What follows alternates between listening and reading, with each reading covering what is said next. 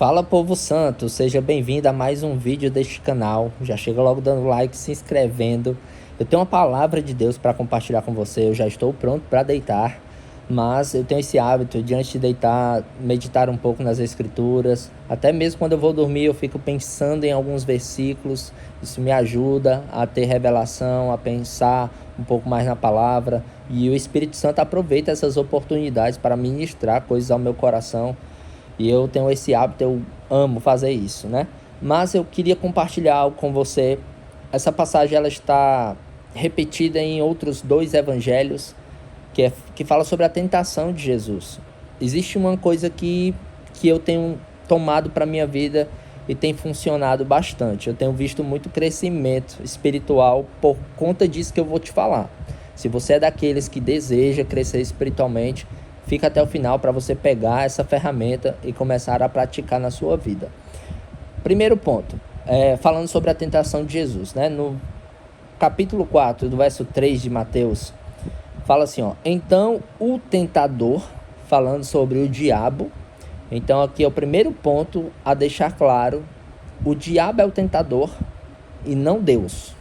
Deus não te tenta, quem tenta é o diabo, certo? Ele aproveita inclusive algumas fraquezas e aí busca esses pontos de fraqueza para tentar fazer você cair. Você tem que redobrar a atenção nisso, certo? Veja bem, depois de 40 dias e 40 noites, Jesus teve fome. O diabo aproveitou esse momento, se aproximou de Jesus e começou a tentá-lo. E a primeira coisa que ele disse foi: Jesus, se você é mesmo filho de Deus, transforma essas pedras em pães. Vamos destacar aqui algumas coisas. Primeiro ponto, eu acho que eu já falei, primeiro ponto, né? Então esse aqui deve ser o segundo ponto. Então vamos destacar aqui algumas questões. Jesus tinha acabado de sair do batismo nas águas. E ele ouviu uma voz do céu que dizia: este é o meu filho amado, em quem eu tenho prazer. Ele ouviu isso do próprio Deus. E onde foi que o diabo ele começou a sua tentação? Na identidade de Jesus. Jesus tinha acabado de ouvir e o diabo estava ali agora tentando roubar aquela palavra que Jesus tinha ouvido. Será que isso não acontece conosco nesses dias, nos nossos dias? A gente recebe uma palavra de Deus e logo se levanta uma situação para querer roubar essa palavra. Você sabia que a semente mais poderosa desse mundo é a palavra de Deus? Então Deus trabalha para semear uma palavra no seu coração, enquanto o diabo ele trabalha para roubar essa palavra. E você precisa guardar com muita força a palavra que você está recebendo, porque ela faz toda a diferença na sua vida. Então ele começou por aí: Jesus, se você transforma essas pedras em pães.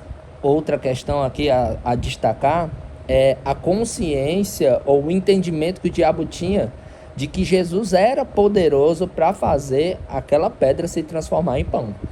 Veja que o milagre da água sendo transformada em vinho ainda não tinha acontecido. Jesus ainda iria iniciar o seu ministério depois do batismo, iria iniciar depois desse tempo no deserto. Veja que isso foi antes. E o diabo chegou com essa revelação: se você é o Filho de Deus, você consegue transformar essas pedras em pães. Você está com fome, vai lá, Jesus, faz isso, me obedece. E aí Jesus prontamente disse: está escrito. A forma como Jesus usou para sair daquela situação de tentação foi buscando o que estava escrito na palavra. E Jesus sabia exatamente o que estava escrito. Naquele momento não era momento de transformar pedras em pães. Era momento de continuar se submetendo a Deus.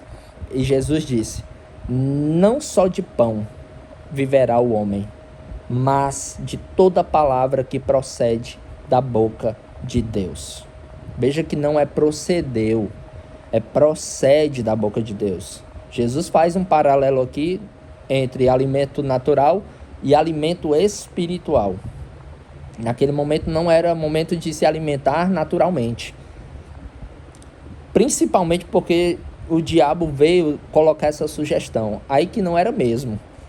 E Jesus sabiamente disse, está escrito, não só de pão viverá o homem, mas de toda palavra que procede da boca de Deus. Existe uma palavra que está procedendo continuamente da boca de Deus. E essa palavra, no grego, no original, é a palavra rema. A palavra rema é uma palavra específica para a sua vida, no momento específico, é uma palavra rema. É isso que nós temos que buscar, uma palavra rema da parte de Deus. Deus tem palavras frescas para você, para mim. Amém? Então veja que não é procedeu, é procede da boca de Deus. É uma palavra rema para você. Amém? E isso fala de relacionamento. A gente só consegue uma palavra rema se estivermos andando no Espírito, sensível no Espírito, tendo comunhão com o Pai, orando em outras línguas. Essa foi a forma que Jesus teve para combater aquela primeira sugestão do diabo. Então fica com isso.